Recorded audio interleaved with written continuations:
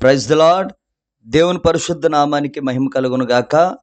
ఈ సర్వోన్నతుని కృప అనే కార్యక్రమాన్ని వీక్షిస్తూ దేవుని మాటలు ఆలకిస్తున్న మీ అందరికీ నా హృదయపూర్వక వందనాలు, శుభాలు తెలియజేస్తున్నాను.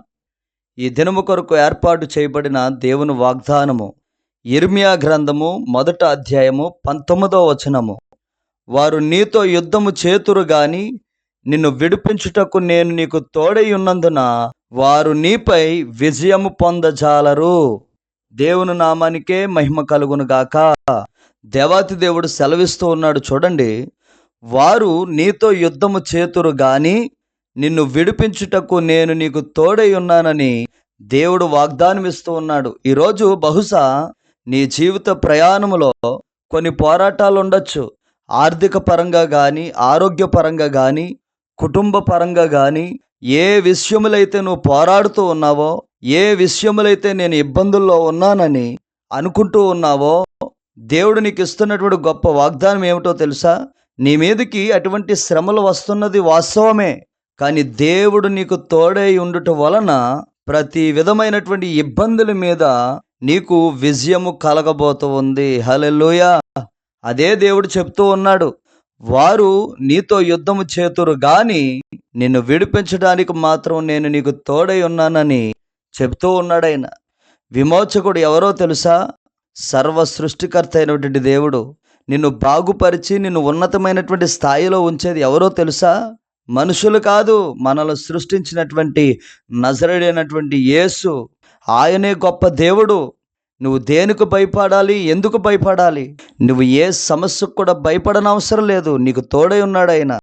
అందుకనే దేవుడు అంటూ ఉన్నాడు, నేను నీకు తోడై ఉన్నందున నీ పైన నీకు విజయము కలగజేస్తానంటున్నాడు. నేను నీకు తోడై ఉన్నందున ఎవ్వరు కూడా నీ పైన విజయము పొందజాలరంటూ ఉన్నాడు. ఈ దినము మొదలుకొని అన్ని పరిస్థితులను కూడా నువ్వు అధిగమించబోతూ ఉన్నావు. నీ వ్యాపారంలో ఉన్నతమైనటువంటి స్థాయికి నువ్వు వెళ్ళబోతూ ఉన్నావు. చదువులో ఒక గొప్ప ఉన్నతమైనటువంటి స్థితి నీకు రాబోతూ ఉంది. జాబ్ విషయంలో ఒక సక్సెస్ నువ్వు చూడబోతూ ఉన్నావు. కుటుంబ విషయంలో మీరు ఫలించబోతూ ఉన్నారు. ప్రతి విషయంలో కూడా నువ్వు అభివృద్ధి చెందబోతూ ఉన్నావు. ఆఖరికి ఫైనాన్షియల్గా నువ్వు బ్లెస్ అవ్వబోతూ ఉన్నావు. కారణం ఏమిటో తెలుసా? దేవుడు నీకు తోడై ఉన్నాడు. ఈరోజు నువ్వు ఎక్కడ నుండి ఎటువంటి పరిస్థితుల మధ్య ఈ వాగ్దానాన్ని వింటూ ఉన్నారో, ఈ వాగ్దానాన్ని రాసి పెట్టుకోండి. దేవుడు తన ప్రజలకు అదే చెప్తూ ఉన్నాడు. ఇదిగో యిర్మీయాతో చెప్తూ ఉన్నాడు, నేను నీకు తోడై ఉన్నాను కాబట్టి నీ మీదకు యుద్ధానికి వచ్చినా నీవే గెలుస్తావని చెప్తూ ఉన్నాడు.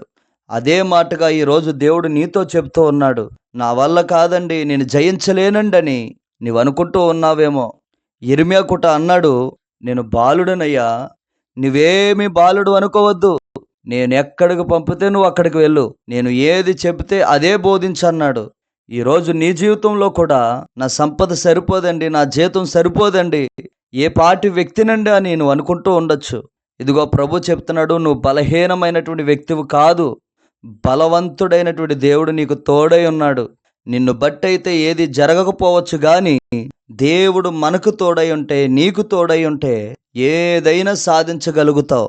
దేవుని వాగ్దానాన్ని పట్టుకో అంతే. ఈ వాగ్దానాన్ని విశ్వసించి చేతను పట్టి నువ్వు ప్రార్థించగలిగితే నిశ్చయముగా ఈ వాగ్దానం నీ జీవితంలో నెరవేర్చును గాక. ఆమేన్. ప్రార్థన. సకల ఆశీర్వాదాలకు కారణభూతుడగిన తండ్రి, నీకు స్తోత్రాలు. ఈ దినాన మా కొరకు ఏర్పాటు చేయబడినటువంటి వాగ్దానాన్ని బట్టి ప్రార్థిస్తున్నాం.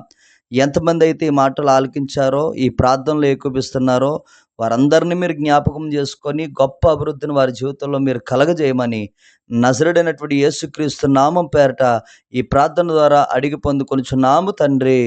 ఆమేన్. Praise the lord.